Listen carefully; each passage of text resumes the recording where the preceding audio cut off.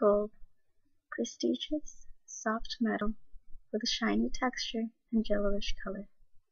Heavy, malleable, and ductile. One of the most prestigious items in history that has evolved with human nature without diminishing its value. 18th century Europeans and Inca, although coming from completely different cultural contexts, valued gold in the same elevated manner. In Peru lies one of the most important gold mines in the world, the mine of Yanacocha. The Inca considered gold to be the sweat of their deity, Inti, or the sun god. For Europeans, on the other hand, gold was used to denote social status, wealth, and reciprocal social practices. Gold was used in both societies to devote, to create social distinctions, and to adorn specific items highlighting the individual using it or the object itself. The origin of a technique called brocateado, or brocateria, is not an exemption of the fascinating uses of gold given in the 18th century.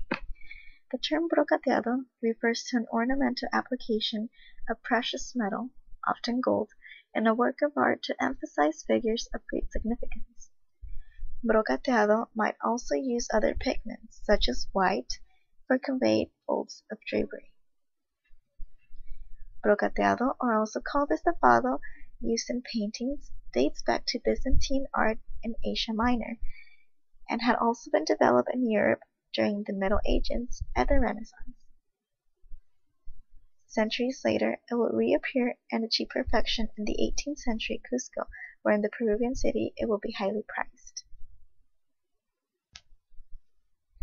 We can find brocateria at its peak in this 18th century painting by Melchor Pérez Holguín. Holy iconography is highlighted, such as the orb of the world, placed in baby Jesus' hands, and the elegant yellow shining robes he is wearing, remarking the holiness of the figures. Outlines appear in abundance of gold, getting a great contrast with the background dark tones and inevitably dragging our attention to the brilliant medium. Saint Christopher himself is covered in luxurious robes, sprouting beautiful gold patterns in his dressing. Nothing else in this painting is worthy of this magnificent material. This particular work of art was taken from a print created by Hieronymus dated to 1548. However, parts of the original composition were deleted to create emphasis in the main character, Saint Christopher, the saint of children and travelers, who died as a martyr in his eternal quest to serve the most powerful being in the world.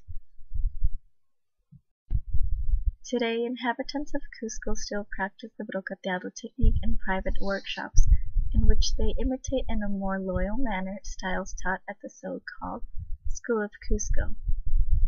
They continue to paint religious figures, however materials used for these paintings have changed over time. These paintings are now made largely for the consumer market and also for tourists.